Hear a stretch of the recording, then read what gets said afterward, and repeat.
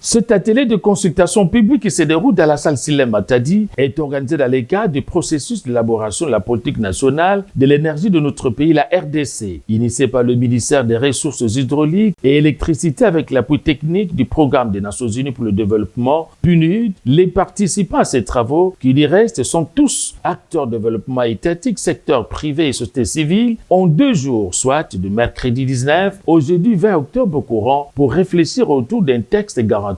les secteurs énergétiques, indique le point focal de PNUD en province. L'énergie étant l'un des facteurs clés pour le développement, ces travaux tombent à pic, déclare Raphaël Lokonitou, commissaire général énergie et ressources hydrauliques. Toute notre reconnaissance à son Excellence, Monsieur le gouverneur de la province du Congo central, pour la confiance placée en membre de ces personnes, pour le fait d'assurer la faisabilité de cette politique nationale de l'énergie qui apportera tant soit peu de développement durable en République démocratique du Congo en général et à la province du Congo central en particulier. Faisant sienne cette préoccupation qui constitue l'une des priorités du chef de l'État, président de la République et du gouvernement provincial, Dr Guy Bandundungidi, parle de défis à surmonter tout en soulignant que l'énergie est au cœur du développement. À l'issue du diagnostic réalisé sur l'ensemble du secteur de l'énergie, il est à noter d'énormes défis à surmonter. Ces défis se caractérisent, entre autres, par une fracture énergétique à laquelle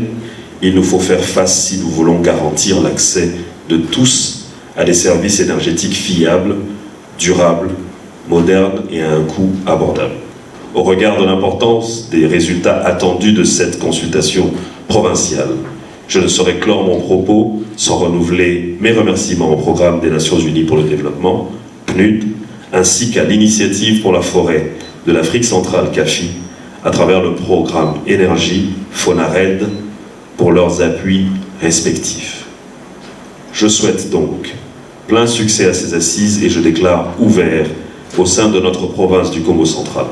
la consultation sur la politique nationale de l'énergie en République démocratique du Congo. Le but de cet atelier est de contribuer à l'indépendance, la sécurité d'approvisionnement et à la gestion optimale des ressources nationales pour une économie équilibrée.